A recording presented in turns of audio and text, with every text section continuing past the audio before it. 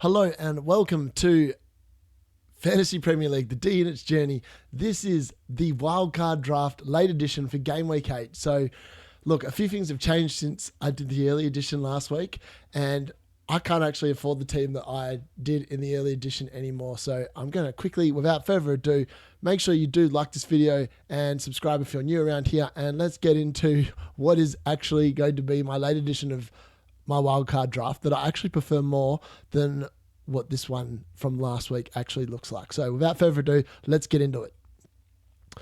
So this is the team that I put together last week. Now, using my current squad, and we'll go into the players that I've axed, but this was the squad from the early edition. So if you've watched that video, go back and have a look at it. But this whole draft was based around playing a 3-4-3 with Tyler Dibbling sitting on the bench. Now, as you can see there, Tyler Dibbling is a yellow. Apparently he's got a knock, 75% chance of playing. And Saka, and the reason why this draft is going to be significantly different is because Saka is no longer in my draft. It says he's got 75% chance of playing, but I'm telling you, when you go off limping and you're holding your hamstring, it's a miracle if you come back within a week. And it's like Konza as well from Aston Villa. If you've got those players, I think they're definitely a sells. And I covered that in my buy, keep and sell that I uploaded 2 days ago. So if you haven't checked that out, it's in the thing. So have a look because it's worth having a look. So that is my team from last week. And I was pretty happy with that in terms of a wildcard draft, playing a 3-4-3. However, I actually prefer the draft that I've come up with, and I'm going to explain how we did that. So I've already done the short for this, so if you want to see that in the short form, check out my short videos. It's already there, and it'll tell you in like less than a minute and the reasons why. But so without further ado, I'm going to just refresh this page so you can see what my current team is. All right, so I've got 2.5 in the budget, and I've got no transfers, obviously, and I'm not playing my wildcard this week because I'm playing it in Game Week 8. However, for this particular draft, as you can see, that is my current team. A lot of this team actually stays now in the wildcard draft just because of the fact that I really like some of the players. So as I banged on about before, the Leicester players, fantastic run. Ipswich players, fantastic run. Everton players, fantastic run. And so does Wolves for this game week. So I sneak one Wolves player in here. So the players that go in this draft are David Raya, whatever his name, Jordan Turner or whatever his name is, just because he's actually just ineligible this week. That's why he's got a red arrow, red thing on his thing. Robinson also goes for me. Harwood Bellis, and then Smith Rowe, and then Morgan Rogers, and then Chris Wood. This is the only way I can afford it. I actually would really like keeping Chris Wood this game week. However, to get in the players I'm about to show you, I need to sacrifice Chris Wood to make this happen. And he's the one I'm more comfortable sacrificing than Dwight McNeil, because the option would be then keeping Morgan Rogers instead of Dwight McNeil. And I think Dwight McNeil's run is a boatload better than Aston Villa's for the foreseeable future. All right, so let's see what I'm going to go with. And I'll explain why I'm going with these players. So I do like Jordan Pickford in goal still. As I said, that Everton run just looks too delicious. And he's cheaper. He's 4.8, so he's 0.8 million cheaper than David Raya. And I just think that Everton run of fixtures, if we have a quick look again, is just too good to pass up. There's going to be clean sheets in there. Sean Dyche plays clean sheet football, so normally when Everton are up and about. So he is definitely something you need to invest in. So he definitely makes this wildcard draft this week for those particular reasons. Now, again, the best 4 million goalkeeper that, potentially might come into play is still Fabianski. So he gets a gig because I'm not actually got any other West Ham players. I'm not having to worry about picking up or using up one of them slots. Now, if we go into the defenders, and in the defenders, I've gone with real budget options. So I've got Brentford's Collins. So Brentford haven't actually kept the clean sheet. So I just I'm not bringing him in for the clean sheets, but I'm bringing him in because of the 7 games that he's played. He's had 3 games with attacking returns. And as far as I'm concerned, there hasn't been a boatload of clean sheets across the league anyway this season. Even the good teams are conceding goals. So I think you're better off investing your money in other parts of your squad, which is why in this particular, from last week to this week, I've just decided to well, I was going pretty cheap in the defence last week. I'm still going cheap in the defence because I think moving forward, other than having Trent, who I feel like is still a must-have in defence, the rest, I think you can just get away with skimping out, to be honest with you, and spending the money elsewhere in your squad. That's just my personal opinion.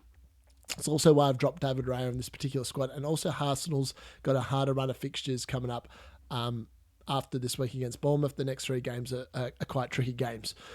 So Nathan Collins gets in for me. And then the other one is going to be my mate Out Nori. He does stay in this draft. So again, I'm not... So the beauty of this is that all 5 of these defenders with the runs they've got. So we'll just have a quick look at the Leicester run. Leicester run's pretty good from now until like game week 18. They've got 2 red fixtures in there, and they're Newcastle and Chelsea. They're not even like the really hard fixtures. So I really like that. And then obviously Wolves, as we talked about in the buy, keep and sell episode, all green pretty much after this week against Man City. They're going to go on a run, and you can just mix and match those players. So I'm only ever going to play 3-man in defence. So on any given game week, I only have to pick 2 of those other 4. And some days it's risky going double up with Leicester, so that's why I think that it's better to have Trent and then 2 of the other 4. You can pick your thing. The only problem is I've got with this is that you're probably going to end up leaving points on the bench from week to week because some of them are going to score and you're not going to have them on your team. That's the only criticism I have of this particular thing. Now, in the midfield, Pedro Porro, just out of coincidence, in the one transfer I have done this week, it's James Justin in for Pedro Porro. I just don't like the Tottenham defence. They concede too many goals. And as far as I'm concerned, they're not getting enough points. However, I couldn't make up my mind when I talked about the differentials. I said James Maddison was better than Brennan Johnson. Well, in this wildcard draft, I actually fit them both in. So I just really like the way Spurs are playing in terms of going forward. I do not like the way they defend at all. If you are bringing them in, thinking they're going to get that clean sheet point and at least get you a 3, I wouldn't be betting on it. But as the underlying stats say, Brendan Johnson has been in this... I don't know why that's not loading. Oh, there we go. It's still not loading. Oh, there we go. So, yeah, Tottenham's run in terms of attacking output is actually pretty good over the foreseeable future. As you can see there, their harder games are scattered throughout their season. There's not like a big clump of them. So you can sort of ride with the Tottenham players. I don't know if you want to ride with 2, but for the foreseeable future, I think you actually can in the next few game weeks. And Brendan Johnson's on a hot form at the moment. So he's scored in his last 3 games against Brentford, Man United and Brighton. And you wouldn't bet against him. He scored for Wales as well in the international break. You wouldn't bet against him scoring again against West Ham, Palace, and even Villa, because Villa have been conceding goals as well. They've been scoring them, but they've also been conceding. And then James Maddison, he is normally behind. As you can see there, he's returned in 4 of his 7 game weeks as well. And I think that's important to note. So he got a 10 in his last time out, 12 against Brentford, and 6 against Everton, 5 against Leicester. And I think that he's going to return. If Brendan Johnson's returning, James Maddison is also returning. He is the heart and soul of things that are going forward with that football club. So when he's involved and he's on form, Tottenham score. So I'm backing him in. He's only 5.5% owned as well. So Brendan Johnson isn't as much of a differential as James Maddison, but having both just really like that midfield, as you can see there. We've got James Maddison, Brendan Johnson, and Mbeumo, Cole Palmer, and Dwight McNeil. Like, you could play those 5 every week and expect points from all of them every week. I just think it's such a loaded midfield. And then when you can, that also allows you then to keep Ollie Watkins in this team and Erling Haaland. And then, unfortunately, to make it in, I've only got 5.8. So that's why Chris Wood has to go. I needed the 0.3. So in theory, if I got rid of Dwight McNeil and kept in, I'm pretty sure, I'm just going to check this because I feel like I worked this out earlier. Yeah, Morgan Rogers is 5.3. So I could keep Morgan Rogers in my squad. And then obviously, because I had value in him, I'd actually have 0.1 left over in the bank because Dwight McNeil's worth 5.6. And that would have actually left me with 0.4. And then I would have had Chris Wood and that would have left me with 0.1 in the bank. However, I think that Dwight McNeil compared to Aston Villa, like as I said, we've covered the Everton fixtures, but if we have a look at the Villa ones, the reason why I prefer him is that Villa have a harder run. Like the 3 of their next 6 game weeks are difficult fixtures. So I think I want Dwight McNeil in instead. And I actually really like Chris Wood for the next 3 games. However, I just don't think that he is going to do well after like the next 3 game weeks. So I'm hoping he does. He's staying in my team obviously this week. But in terms of this as a wildcard draft, it's Liam Delap. His numbers speak for themselves. The last 3 weeks, last 2 game weeks, he's scored 3 goals. And when Ipswich is scoring, he generally seems to be involved. So look, and that run of fixtures, other than the Spurs away game, looks pretty juicy for Ipswich players. And I think that he will get you goals. I do really like Strand Larson from Wolves as well. So if we quickly go back, I'm just going to delete that so we can have a look. So Cunha and Strand Larson. So Cunha's 6.5, and I won't be able to fit him in this week without changing something else in this squad. I'm not sure how I would fit him in. I'd have to drop one of those midfielders probably down to Morgan Rogers to do it, or I'd have to ditch Watkins for someone else. Just a quick mention, Wissa apparently is getting close to an injury, like a return, but he's back 23rd of November, so it's still a fair way away, but he's back in training apparently. I think he'll come back quicker than that. But Strand Larson, as I said, the Wolves fixture run after this week against Man City is brilliant. And, you'd expect him and Cunha to get some goals. Now, Strand Larson's actually returned in 3 of the 7 game weeks in their harder run or hard start to the season. So don't bet against him being an even better option than Delap moving forward after this week. This week, it's Liam Delap in the team because of the fact that Wolves fixtures this week are no good. And Matheus Cunha, I expect him to pop off. He's also returned in 3 of those hard 7 game weeks, and I wouldn't be surprised if he pops off as well. But that is my wildcard draft for this game week. As I said, that leaves me with 0.1 million in the bank. Someone must have risen in price because yesterday when I did this and was planning it, it was 0.2. But yeah, look, Liam Delap actually went up in price. I'm sure he was 5.6 yesterday when I was doing this. He's now at 5.7, I see. So unfortunately, if you've left it too late and you've missed out on that price rise, that's unfortunate.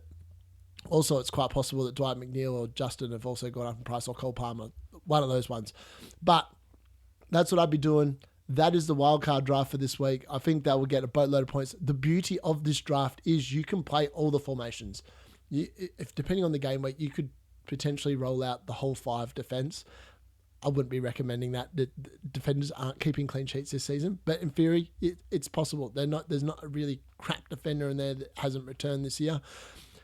That midfield, as I said, you could play the whole 5 every week and you'd be expecting points from them. And the forward line speaks for itself. You could play all 3 forwards as well. So that's the beauty of this draft. You could then play your bench boost. The only person that's not returning in this team on any given game week is Fabianski.